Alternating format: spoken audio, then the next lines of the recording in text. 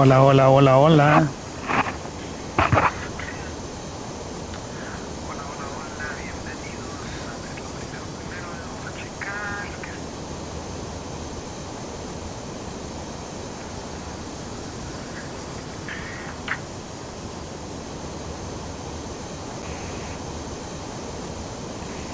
Hello, hello.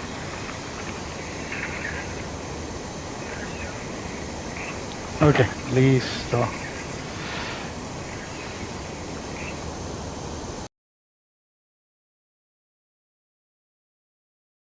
Vamos a poner esta otra cámara acá abajo.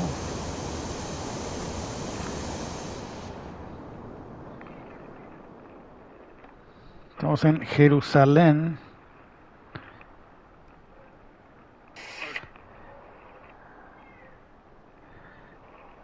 Monte del Templo. Ok, voy a poner el otro video.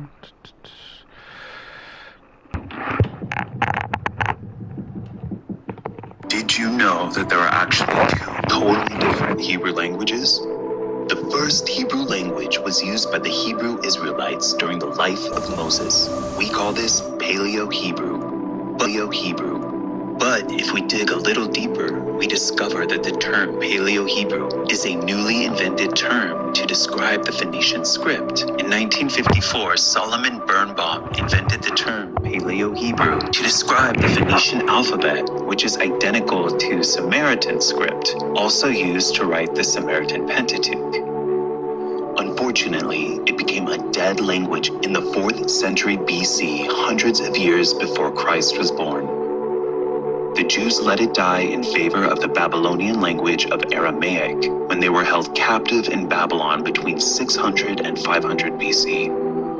During the time of Jesus' life and ministry, he and the apostles used the Greek Septuagint Old Testament as their main scriptures. We know this because in the New Testament, Jesus and the apostles quote the Old Testament Greek Septuagint word for word. This is the oldest translation of the Hebrew Bible that still exists today. In 285 BC, King Ptolemy II of Philadelphus commissioned 72 Israelites, 6 from each tribe, to translate the Hebrew scriptures into the Greek language.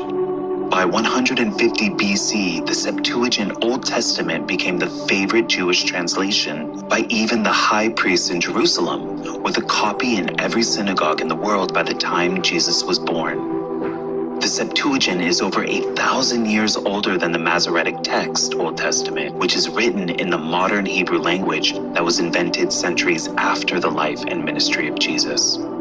Jesus and the apostles spoke Greek as well as Aramaic, but no one at this time was speaking or writing the Paleo-Hebrew language because it was dead.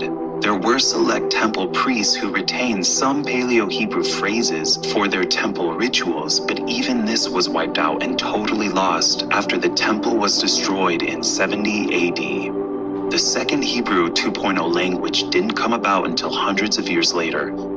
In the following centuries after the crucifixion of Jesus, the descendants of the Pharisees, called Masoretes, began writing a new Old Testament Bible in a new invented script that was heavily inspired by Aramaic characters.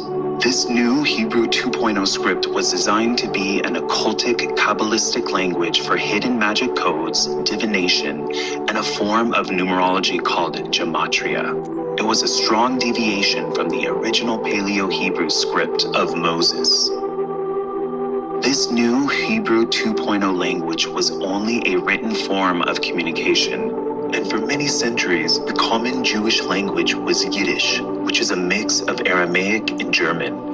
It wasn't until recently when a Zionist named Eliezer ben Yehuda derived a new verbal language that is not a true resurrection of the ancient Paleo-Hebrew of Moses, but instead is a mishmash of stolen words from Arabic, Turkic, German, Yiddish, Russian, Ukrainian, and Belarusian. A friend recently asked me, well, if no one spoke Hebrew during Jesus' life and ministry, what about Acts chapter 22 verse 2, where it says that the Apostle Paul spoke Hebrew to the angry mob of Jews? Well, this is a wonderful question, and I was so glad he asked. So let's open my favorite Bible, the 1560 Geneva translation. Let's go to Acts chapter 22, verse 2, where we read, "And when they heard that he spake in the Hebrew tongue to them, they kept the more silence." Okay, so now let's open up Strong's Concordance and look under the word Hebrew. And if we scroll down, we'll see the Greek concordance number for the word Hebrew, as used in Acts 22, verse 2, is 1446. So now then, let's go to the Greek section and find the number 1446, where we see the word Hebrew, or pronounced Hebraise. And further reading proves that in this verse, the spoken Hebrew language is actually considered Aramaic, which is absolutely not the Paleo-Hebrew language of Moses. And then to further validate this, we can read on BibleHub.com, Strong's lexicon for 1446 also defines the Hebrew language as Aramaic.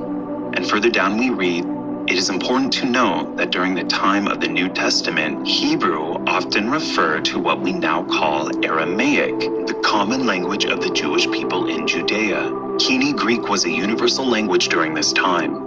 Aramaic was limited and very regional, spoken mostly only by the Jews who lived in Jerusalem. There were more Greek-speaking Jews living in Alexandria than the Aramaic-speaking Jews in Jerusalem. The diaspora Jews all spoke Greek. Paul wouldn't have written his letters in a language foreign to his audience. This is why the original New Testament manuscripts were all written in Greek, and this allowed the gospel of Jesus Christ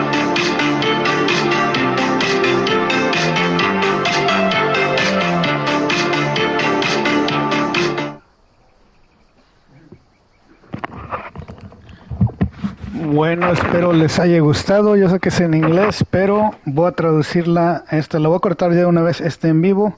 Voy a grabar el video y lo voy a poner en CapCut en inglés. Dios los bendiga en el nombre de Jesús. Nos vemos pronto, y para que sepan, donde vean arcos así en cualquier pueblo, no es bueno, es satánico. Dios los bendiga. Oh, era esta. Stop.